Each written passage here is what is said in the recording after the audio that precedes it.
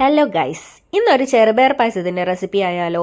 ചുമ്മാ എങ്ങനെ ഇരുന്നപ്പോൾ കുറച്ച് ചെറുപയറാണെങ്കിൽ കുറേ കാലമായിട്ട് അവിടെ വെറുതെ ഇരിക്കുന്നുണ്ട്. അപ്പോൾ ഞാൻ വിചാരിച്ചു ഒരു കുറുകിയ ചെറുപയർ പായസം ഉണ്ടാക്കുന്നത്. ചെറുപയർ പായസം നന്നായി കുറുകി കിട്ടാനുള്ള ടിപ്സും കാര്യങ്ങളൊക്കെ ഞാൻ വീഡിയോയ്ക്ക് ഇടയ്ക്ക് നിന്ന് പറയുന്നുണ്ട്.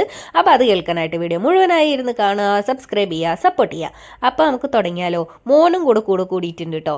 അവന് കുക്കിങ്ങും കാര്യങ്ങളൊക്കെ കാണാനൊക്കെ ഭയങ്കര ഇഷ്ടമാണ്. അപ്പോൾ ഞാൻ ചില റെസിപ്പിയൊക്കെ ഉണ്ടാക്കുമ്പോൾ എനിക്ക് ബോറടിക്കുമ്പോൾ അവനെയും കൂടെ കൂട്ടാറുണ്ട്. വിത്ത് പ്രിക്കോഷൻ. എന്നാൽ നമുക്ക് തുടങ്ങിയാലോ? സ്റ്റാർട്ട് ചെയ്യാം. ഹലോ ഗൈസ്, അപ്പൊ നമുക്ക് ഇന്ന് ചെറുപയർ പായസം ഉണ്ടാക്കാം. പെട്ടെന്ന് അത് പായസത്തിൽ ഇടുന്നില്ല. അപ്പൊ നമ്മൾ ഇന്ന് ചെറുപയർ പായസം ഉണ്ടാക്കാൻ പോകുന്നത് ഫാസ്റ്റ് ആയിട്ട് എങ്ങനെ നല്ലൊരു ചെറുപയർ പായസം ഉണ്ടാക്കാന്നാണ് നോക്കുന്നത്.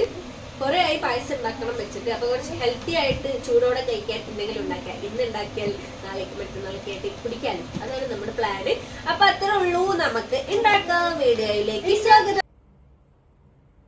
അങ്ങനെ ഇതാ ചെറുപയർ പരിപ്പ് എടുത്തിട്ടുണ്ട്. ഇവൻ ഇതൊന്നും കണ്ടിട്ടില്ല കേട്ടോ. അപ്പം ഞാൻ ഇതൊക്കെ ഒന്ന് ഇൻട്രൊഡ്യൂസ് ചെയ്ത് കൊടുക്കുകയാണ്. പിള്ളേരാകുമ്പോൾ എല്ലാം കാണണമല്ലോ. ചെറുതാണെങ്കിലും ഈ പ്രായം മുതൽ ഇതൊക്കെ കണ്ട് പഠിപ്പിക്കണമെന്ന്. എന്നാലേ ഇവർ വലുതാകുമ്പോഴേക്ക് ഇവർക്ക് തന്നെ വല്ല ഗുണം ഉണ്ടാവുള്ളൂ. അപ്പോൾ അവൻ്റെ ടോയ്ക്ക് അത് കൊടുക്കണം എന്നൊക്കെ പറഞ്ഞിട്ട് അങ്ങനെയുള്ള കാര്യങ്ങളൊക്കെ നോക്കുകയാണ്. അപ്പോൾ അവനും വേണ്ട ഒരു എൻ്റർടൈൻമെൻറ്റ്. അങ്ങനെ ഇതാ നമ്മൾ പാന് വെച്ചിട്ടുണ്ട്. പാന് വെച്ചിട്ട് നമ്മൾ ചെറുപയർ പരിപ്പ് 250 ഗ്രാമാണ് എടുക്കുന്നത് കേട്ടോ, 1/4 കിലോ. അതെടുത്തിട്ട് നന്നായി ഫ്രൈ ചെയ്ത് കൊടുക്കുക. ഫ്രൈ ചെയ്ത് കൊടുത്തില്ല വെച്ചാൽ കുഞ്ഞുങ്ങൾക്കോ അല്ലെങ്കിൽ നമുക്ക് തന്നെ ചിലപ്പോൾ വയറുവേദനയും കാര്യങ്ങളൊക്കെ വരാൻ ചാൻസ് ഉണ്ട്. അതുകൊണ്ട് തന്നെ നന്നായിട്ടൊന്ന് വറുത്ത് കൊടുക്കുക. കരിയരുത്, കുറച്ചൊന്ന് ബ്രൗൺ കളറായിട്ട് എടുക്കുക. കാരണം ചിലവർ എന്താ വെച്ചാൽ വറുത്തിട്ട് നല്ലൊരു പോർഷൻ ബ്രൗൺ ആകുമ്പോൾ മാറ്റി വെക്കും. ഞാനിത് മൊത്തത്തിൽ നിന്ന് വറുത്തെടുക്കുകയാണ് കേട്ടോ, കുഴപ്പമില്ലാതെ. അത് കഴിഞ്ഞ് ഇതാ വറുത്തെടുത്ത് ഇത് വെള്ളത്തിലിട്ട് നന്നായിട്ട് കഴുകണം. കാണുമ്പോൾ നല്ല പശുമാല പോലെയൊക്കെ ഇരിക്കുമെങ്കിലും അത്യാവശ്യം ചളിയും കാര്യങ്ങളൊക്കെ ഉണ്ട്. അപ്പം നമ്മൾ നന്നായിട്ടൊന്ന് കഴുകിയെടുക്കുക. കഴുകിയിട്ട് നമ്മളിത് മാറ്റി വെക്കുക കേട്ടോ. നന്നായിട്ട് ഏലക്ക ഇതുപോലെ ഒന്ന് ഫ്രൈ ചെയ്തെടുക്കുന്നുണ്ട് കേട്ടോ. ഇത് അടുപ്പിന്റെ ഓരത്തൊക്കെ വെച്ചിട്ടാണ് മുന്നിലുള്ള ആൾക്കാരൊക്കെ, അമ്മയൊക്കെ അങ്ങനെ ചെയ്തോണ്ടിരുന്നത്. പക്ഷെ ഇവിടെ അടുപ്പും അതുപോലെ ഗ്യാസിന്റെ സൈഡിൽ വെക്കാനൊക്കെ ഞാൻ മറന്നു പോയതുകൊണ്ട് ഞാനിപ്പോൾ ജസ്റ്റ് പാനിലിട്ടിട്ട് ഒന്ന് ചൂടാക്കി എടുക്കും. അപ്പൊ നമ്മൾ വലിയൊരു കുക്കർ തന്നെ വെച്ചിട്ടുണ്ട്. എനിക്ക് ജലദോഷം ആയതുകൊണ്ട് സൗണ്ട് കുറവായിരിക്കും, മൈക്കും ഇല്ല, എന്നാലും കേൾക്കേണ്ടതെന്നാണ് എനിക്ക് തോന്നുന്നത്. അപ്പൊ നമ്മൾ വലിയൊരു കുക്കർ വെച്ചിട്ടുണ്ട്. അതിലേക്ക് നമ്മൾ ഈ ചെറുപയർ പരിപ്പ് ഇട്ട് കൊടുക്കുകയാണ് കേട്ടോ.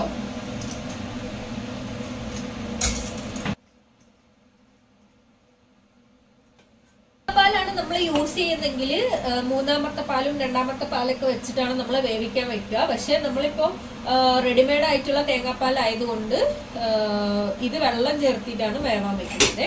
അപ്പൊ ഇത് നമുക്ക് അടച്ച്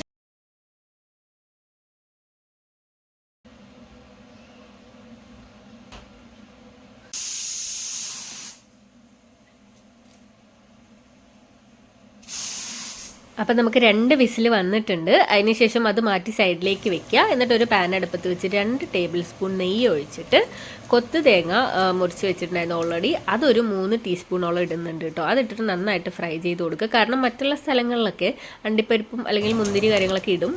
നമ്മൾ ഈ ഒരു തേങ്ങാക്കൊത്ത് മാത്രമേ ഇടുന്നുള്ളൂ കേട്ടോ. അത് ഓരോ സ്ഥലങ്ങളനുസരിച്ചിരിക്കും. നമ്മുടെ നാട്ടിൽ അങ്ങനെ ഒന്നും ഇടാറില്ല. അതുപോലെ ചുക്കുപൊടി, ജീരകം പൊടിച്ചതൊക്കെ ഇടാറുണ്ട്. അങ്ങനെ ഒരു സംഭവം ഞാനിതിൽ യൂസ് ചെയ്തിട്ടില്ല കേട്ടോ. അപ്പോൾ നമ്മൾ അത് സൈഡിലാക്കി വെച്ചിട്ട് കുക്കർ തുറന്നു നോക്കും. കുക്കർ തുറക്കുമ്പോൾ പ്രത്യേകം ശ്രദ്ധിക്കണം, വിസിൽ മുഴുവൻ പോയോ എന്ന് നോക്കിയിട്ട് വേണം തുറക്കാൻ, അല്ലെങ്കിൽ ബൂം പൊട്ടിത്തെറിക്കും. അപ്പോൾ നമ്മൾ തുറന്നു നോക്കിയപ്പോൾ ഇതാ ഈ ഒരു ചെറുപയറൊക്കെ വെന്തിട്ടുണ്ട്.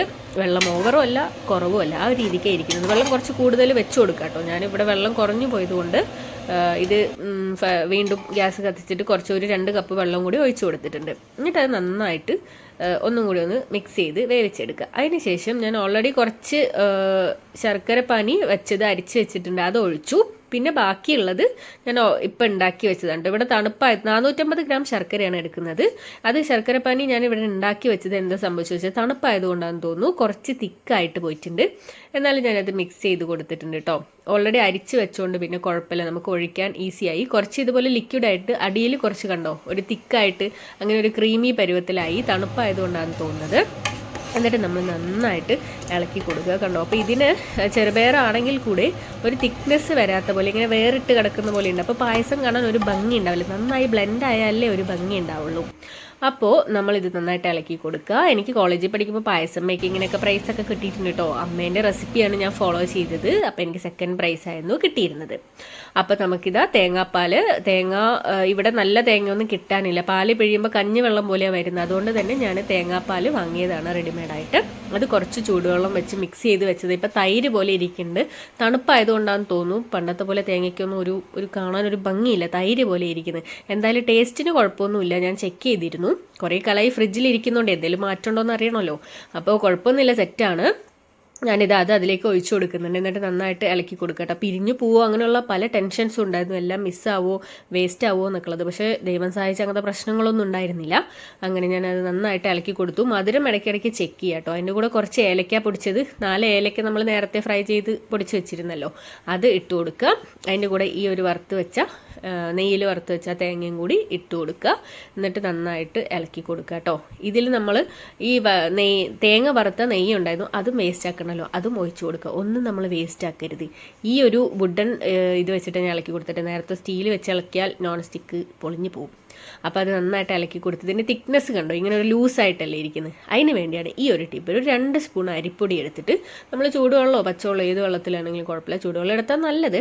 അപ്പോൾ നമ്മൾ അത് ഇച്ചിരി ഒരു വെള്ളം ഒഴിച്ചിട്ട് നന്നായിട്ട് മിക്സ് ചെയ്തിട്ട് അതിലേക്ക് ഒഴിച്ചു കൊടുക്കട്ടെ. അപ്പോൾ ആറുമ്പോഴത്തേനും ചൂടൊക്കെ ആറി കഴിയുമ്പോഴത്തേനും കറക്റ്റ് ആയിരിക്കും. എൻ്റെ അമ്മയൊക്കെ എന്താ ചെയ്യാന്ന് വെച്ചാൽ ചെറുപയർ പരിപ്പുറന്നൊക്കെ വെക്കുമ്പോൾ കുറച്ച് പച്ചരി, ഒരു 1/4 ഗ്ലാസ്സിൽ കുറവ് പച്ചരി അതിൻ്റെ കൂടെ വേവിക്കാനിട്ടു കേട്ടോ. അപ്പോൾ അതിന് പ്രത്യേക ഒരു ടേസ്റ്റും കൺസിസ്റ്റൻസിയും കറക്റ്റ് ആയിരിക്കും.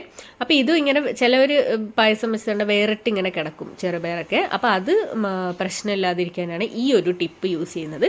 അപ്പോൾ നിങ്ങളെല്ലാം ഇങ്ങനെയാണ് യൂസ് ചെയ്തിട്ടില്ലെങ്കിൽ ഇത് ചെയ്ത് നോക്കുക കേട്ടോ. കാരണം ഓരോ സ്ഥലത്ത് ഓരോ രീതിയിലായിരിക്കും പായസം വയ്ക്കുക. ഞാൻ പറഞ്ഞ പോലെ ജീരകം പൊടിച്ചത്, ചുക്ക് പൊടിച്ചതൊക്കെ ഇടും. നമ്മളിവിടെ ഒന്നും ഇടുന്നില്ല, ജസ്റ്റ് തേങ്ങാക്കൊത്ത് മാത്രമാണ് ഇടുന്നത്. പായസം ഉണ്ടാക്കിയിട്ടുണ്ട്. ഇനി ടേസ്റ്റിംഗ് ചടങ്ങാണ്. നല്ല ചൂടുള്ളതുകൊണ്ട് നമ്മൾ ഒരു വട്ടപാത്രത്തിൽ ഒഴിച്ചിട്ട് വേഗം ടേസ്റ്റ് ചെയ്യാൻ പോവാണ്.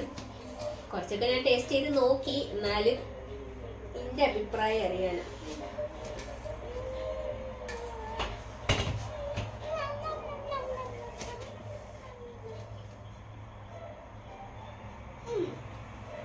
എങ്ങനെയുണ്ട് ടേസ്റ്റ്? ഇതെന്ത് പൈസ?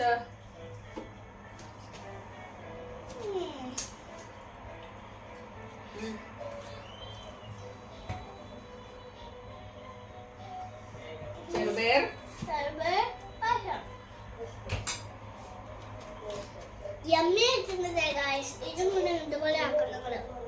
അപ്പം ഇതാ കുറുകിയ നല്ല ചെറുപയർ പായസം സെറ്റായിട്ടുണ്ട് കേട്ടോ. രാത്രി ആയതുകൊണ്ട് തന്നെ നമുക്ക് നല്ല തണുപ്പായതുകൊണ്ട് ഇത് കുടിക്കാൻ നല്ല താല്പര്യമായിരുന്നു. ഞാൻ കുറച്ചെന്നെ നേരത്തെയൊക്കെ ടേസ്റ്റൊക്കെ ചെയ്തിരുന്നു. ബാക്കിയുള്ളത് എല്ലാവരും കൂടി ഇങ്ങനെ പ്ലേറ്റിൽ വെച്ചിട്ട് കുടിച്ചു. അത് കഴിഞ്ഞ് എല്ലാവരും ഒരു ഗ്ലാസ്സിലെടുത്ത് കുടിച്ചു. പെട്ടെന്ന് വിരുന്നുകാരൊക്കെ വരികയാണെങ്കിൽ പെട്ടെന്ന് ഉണ്ടാക്കാൻ പറ്റിയിട്ടുള്ള ഒരു വിഭവമാണ്. അപ്പോൾ നിങ്ങൾ എന്തായാലും തീർച്ചയായും ഉണ്ടാക്കി നോക്കിയിട്ട് കമൻറ്റ് ചെയ്യുക എങ്ങനെയുണ്ടെന്ന്. Thank you. കൂടെ തന്നെ സബ്സ്ക്രൈബ് ചെയ്യാൻ മറക്കല്ലേ. അടുത്ത വീഡിയോയിൽ കാണാം. Tata, bye bye.